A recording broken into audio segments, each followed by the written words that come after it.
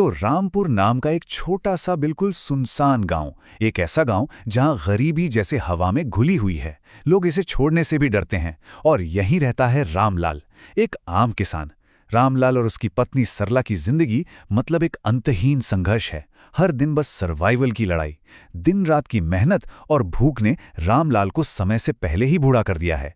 लेकिन फिर कुछ ऐसा होता है जो इस रोजमर्रा की तकलीफ को एक खौफनाक मानसिक यातना में बदल देता है। आइए इस पूरी कहानी का एक गहरा मनोवैज्ञानिक विश्लेषण करते हैं।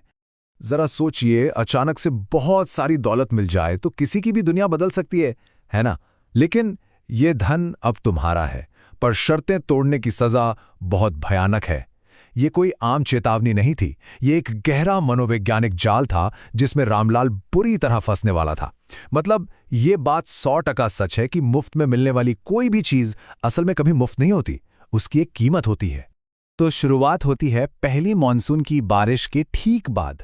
रामलाल अपने छोटे से खेत में हल चला रहा था। दिमाग में वही रोज की परेशानियां, वही गरीबी के विचार।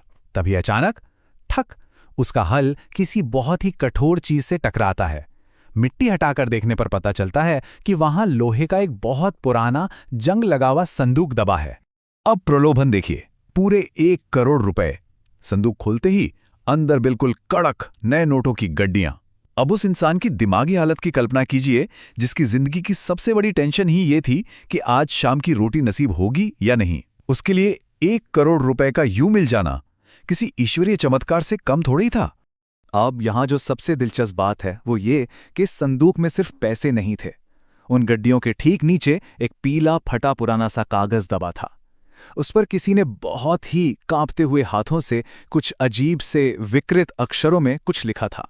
और सबसे डरावनी बात पता है क्या थी? चिट्ठी के नीचे एक लाल काले रंग का निशान था। ऐसा लग रहा था मानो खून और काजल को मिला के मोहर लगाई गई हो, बिल्कुल किसी अभिशाप के प्रतीक की तरह। उस कागज पर 3 बहुत ही सख्त और डरावने नियम लिखे थे।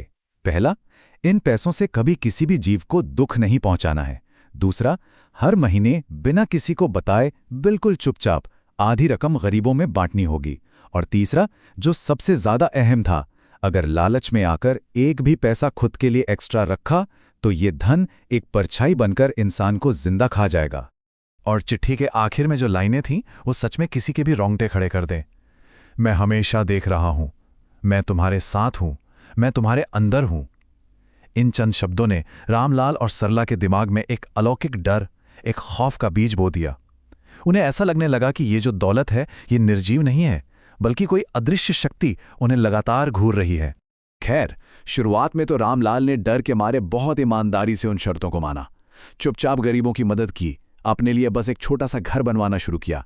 सब कुछ एकदम कंट्रोल में लग रहा था।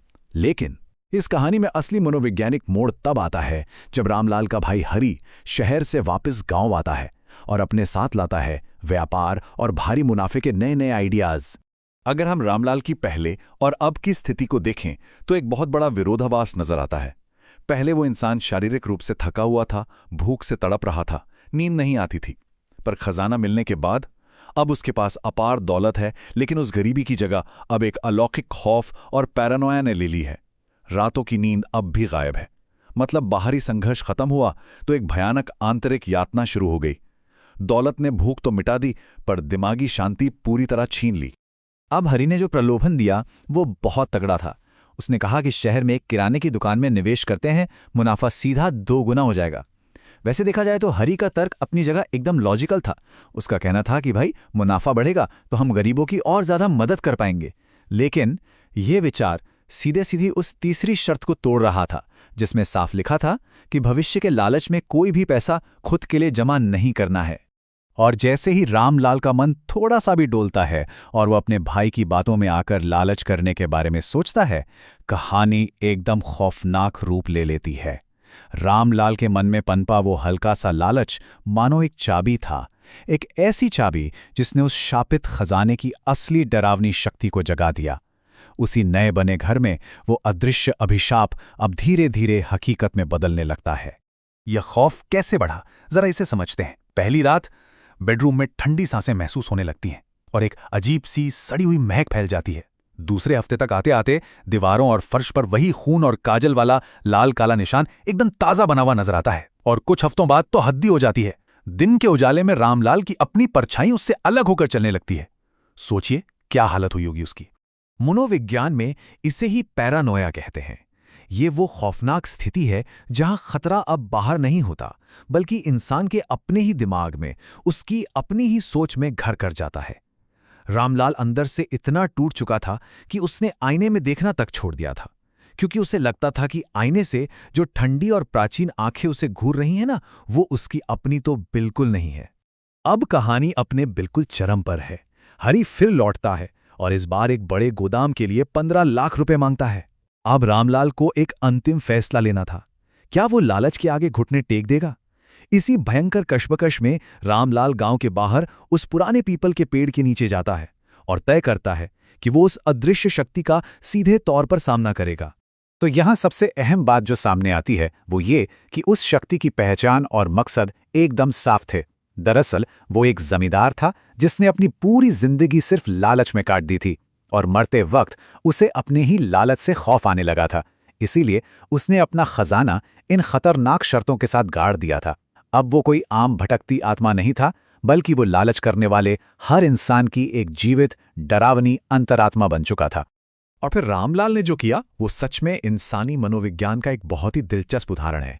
उसने उस गोदाम के लिए पैसे देने से साफ इनकार कर दिया। वो 1 करोड़ रुपयों से भरा संदूक उठाया और वापस उसी मिट्टी में गाड़ दिया जहां से वो मिला था। रामलाल ने उस अलौकिक जानलेवा घुटन के बजाय अपनी उसी पुरानी जानी पहचानी गरीबी को गले लगाना बेहतर समझा। और जानते हैं, ऐसा करते ही उसकी वो खोई हुई दिमागी शांति उसे वापस मिल गई। तो अंत में एक बहुत ही गहरा सवाल उठता है।